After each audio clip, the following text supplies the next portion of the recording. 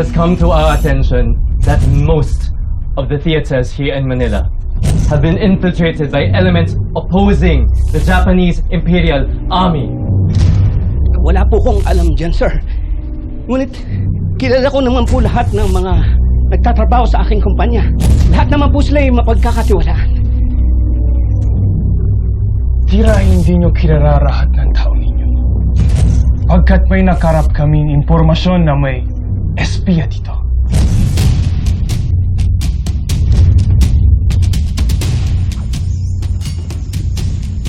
Ikutin mo mga tao rito, Eduardo. Lahat tayo nawala na rito ng malapit sa atin. Magulang, asawa, anak, kapatid, mga kaibigan. Maigi lamang na magpakatotoo tayo na maaari pa tayo mawalan pa ng mga mahal natin sa buhay.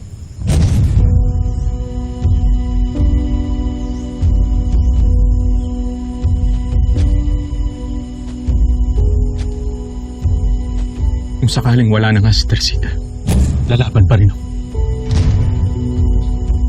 Para sa mga kababayan nating hindi na kayang lumaban kahit kailan.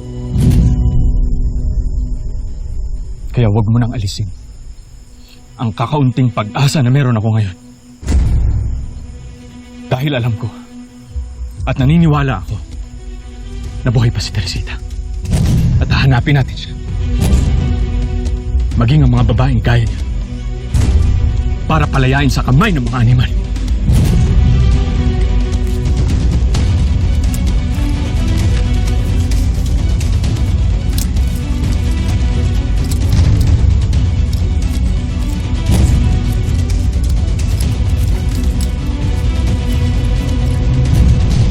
Anong Filipinino? Irano!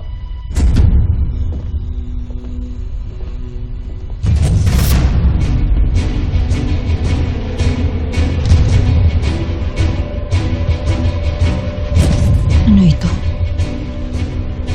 Isang makapili. Ang naglalaglag at nagtatraidor sa kapwa Pilipino. Patutunayan namin sa inyo na may kumakaraban sa amin dito.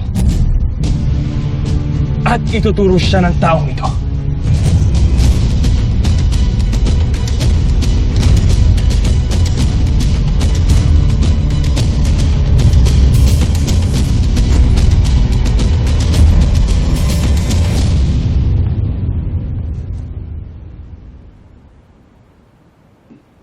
Ate! Nanda! Pumanhin po, Coronel. Alicia, bakit may kailangan ka ba? Ate, may dugo po. Tinatnan na po ako. Anong gagawin po? Alicia, ibig sabihin lamang yan eh. Dalaga ka na. Kaya mas dapat tayo mag-ingat, ha? Sandali, ikukuha muna kitang gagamitin mo. You can't always protect her.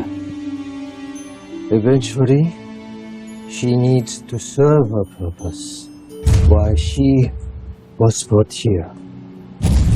Yuta, 12 anyos lamang siya. Huwag mo siyang igaya sa iba na pinapalapa mo sa iyong mga halimaw. You can't save her from her men. Sino sa mga Pilipinong ito ang nagtataksir sa Japanese Imperial Army? Ituro mo!